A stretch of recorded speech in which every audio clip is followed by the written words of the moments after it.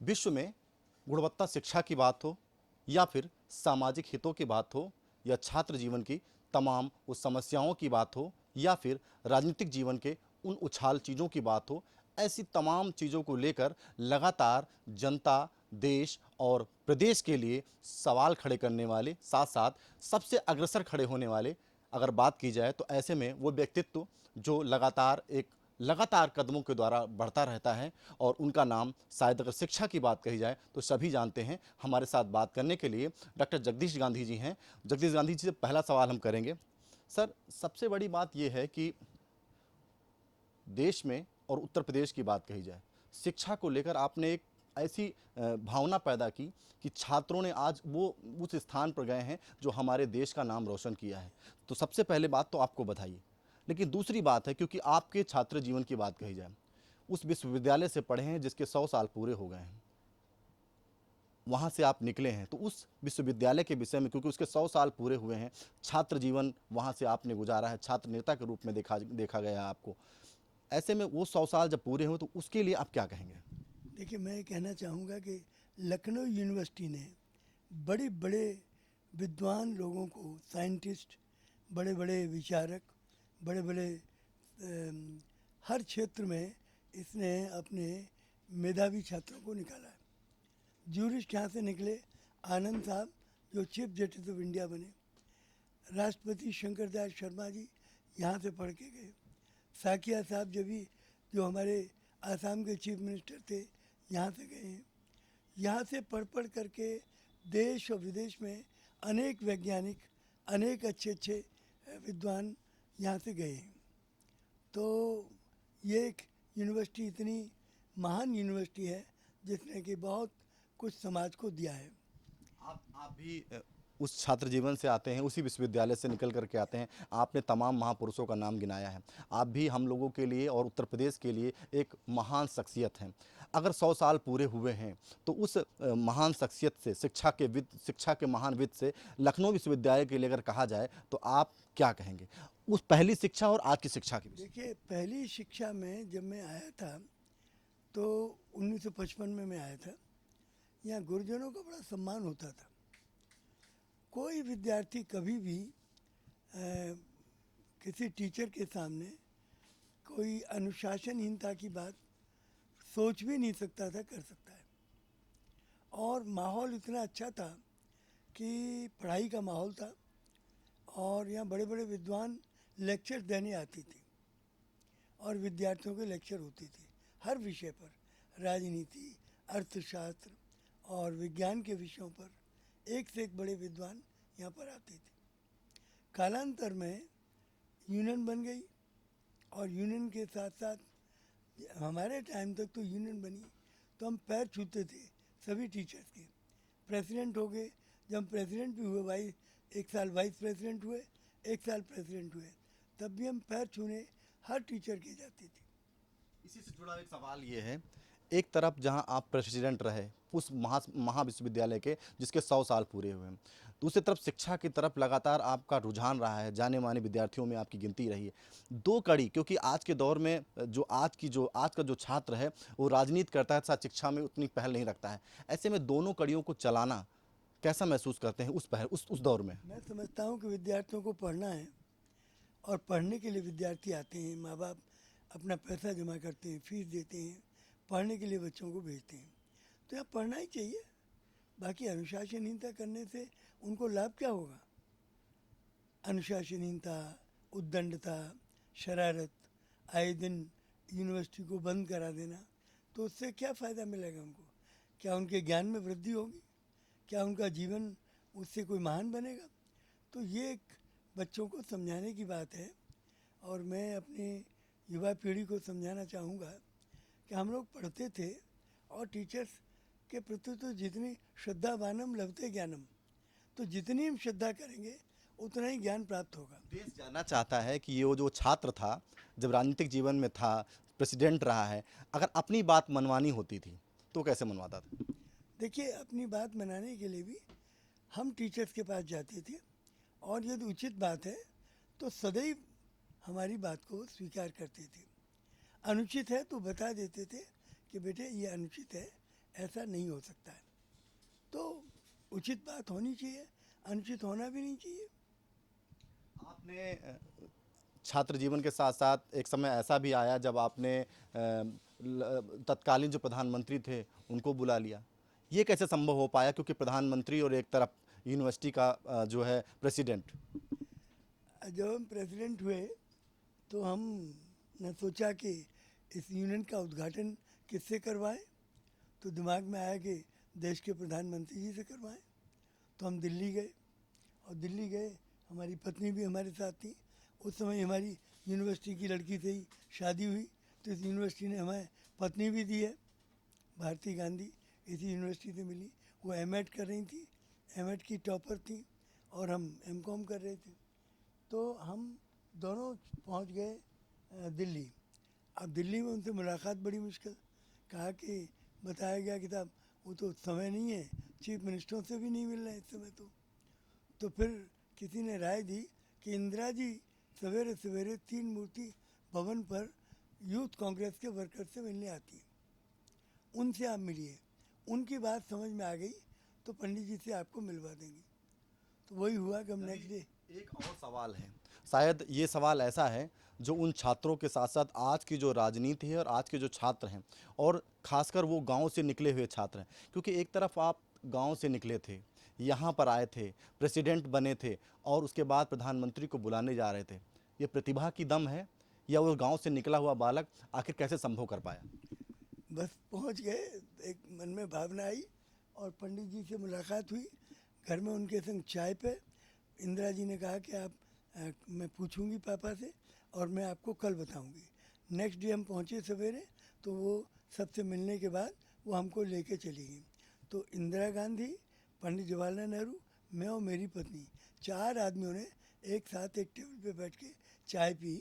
और मैंने पंडित जी से कहा कि पंडित जी ने पूछा कि तुम कैसे आए हो।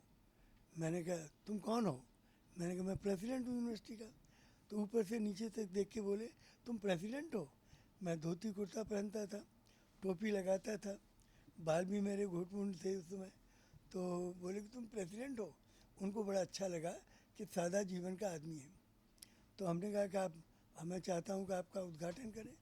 बोले तुम किससे मिलने आए हो। मैंने प्रधानमंत्री से, प्राइम मिनिस्टर ऑफ इंडिया से। You want the prime minister to inaugurate students union. मैंने कहा ऑफ कोर्स। आप आएंगे और विद्यार्थियों को बोलेंगे तो आपकी बात सारे हिंदुस्तान के युवक सुनेंगे, और सारे हिंदुस्तान के युवकों को आप एक संदेश दे पाएंगे। बोले कि अच्छा तो मैं आ जाऊंगा। गांधी जी, ये भी एक इतिहास है कि वो प्रेसिडेंट लखनऊ विश्वविद्यालय का जिसने 100 साल पूरे कर लिए हैं, और वो प्रधानमंत्री को बुलाता है।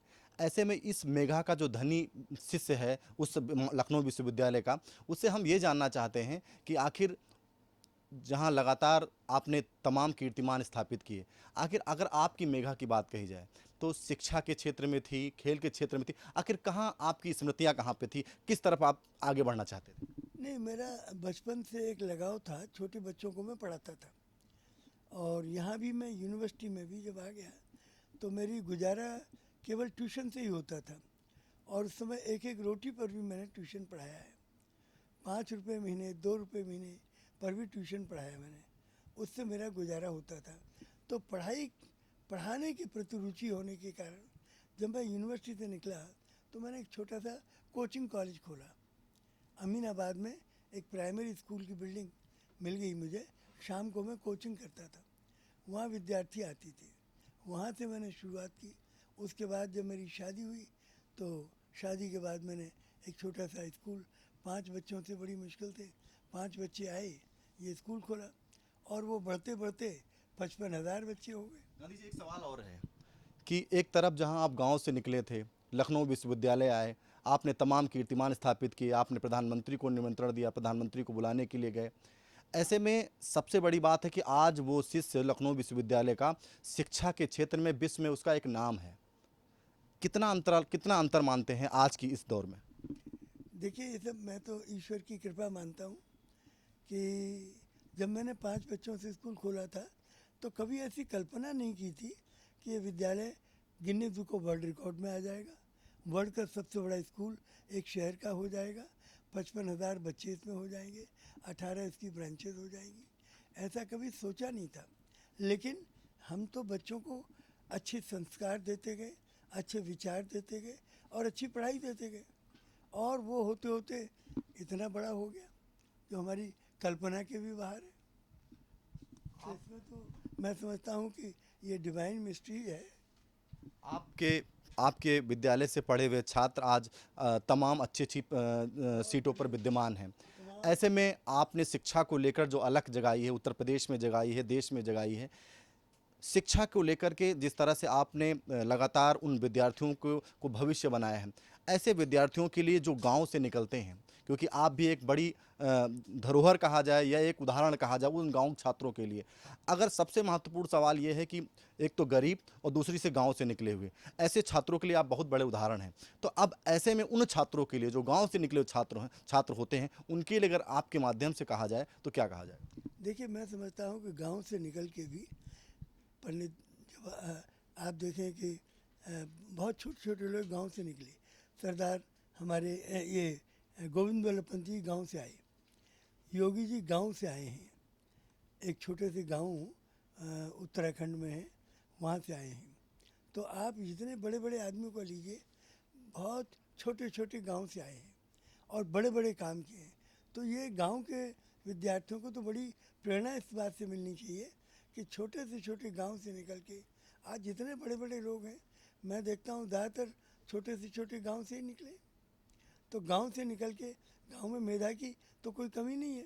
अब सर खाली पढ़ाई की बात है, पढ़ें लिखें और बुरे काम में न पड़ें, अनुशासनहीनता ना करें, अपना उद्देश्य सामने रखें और ईश्वर की प्रार्थना करें, तो कितने भी बड़ी ऊंचाई पा सकते हैं। गांधी जी, सबसे बड़ी बात यह है कि जब हम राजनीति की बात करते हैं तो छात्र राजनीति की बात ज़रूर होती है, और वो तमाम युवा जो छात्र राजनीति में कदम रख चुके हैं या रखते हैं, उनके सामने सबसे बड़ी बात ये होती है, लखनऊ यूनिवर्सिटी में जब हम तमाम लोगों से बात किए तो उनका यही कहना होता, सत्य अहिंसा पर लगातार चलना चाहिए। और दूसरा नाम जो छोटे गांधी का नाम आता है, वो आपका नाम आता है, सत्य अहिंसा के नाम पर। ऐसे में उन छात्रों के लिए जो राजनीति को लेकर के लगातार प्रदर्शन करते हैं, लगातार अपने बात मनवाने के लिए विभिन्न तरीके अपनाते हैं, अगर आपके माध्यम सत्य अहिंसा के माध्यम से कहा जाएगा तो क्या कहा जाएगा? मैं तो यही कहूँगा कि विद्यार्थियों को पढ़ने के लिए आना चाहिए यूनिवर्सिटी में। माँ बाप भी पढ़ने के लिए भेजते हैं। पढ़ाई के अलावा और कुछ उद्दंडता नहीं करनी चाहिए, अनुशासनहीनता नहीं करनी चाहिए। टीचर्स के प्रति असम्मानजनक शब्दों का प्रयोग होता है, वो बहुत ही गलत है।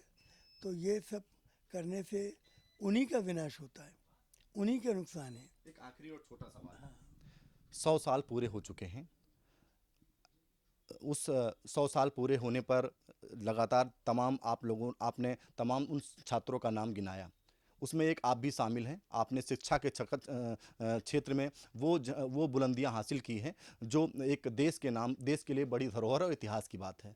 ऐसे में उस 100 साल पूरे होने पर आप उन छात्र छात्राओं को और साथ साथ उस यूनिवर्सिटी के लिए अपने शब्दों में क्या कहेंगे? मेरी एक तो सबसे बड़ी चीज़ ये है कि इस समय वाइस चांसलर बहुत उत्साही हैं, बहुत अच्छे हैं, और आलोक जी, तो मैं उनकी प्रशंसा करना चाहूँगा। और उनके रहते हुए ये यूनिवर्सिटी बहुत आगे जाएगी, इसमें मुझे कोई शक नहीं है।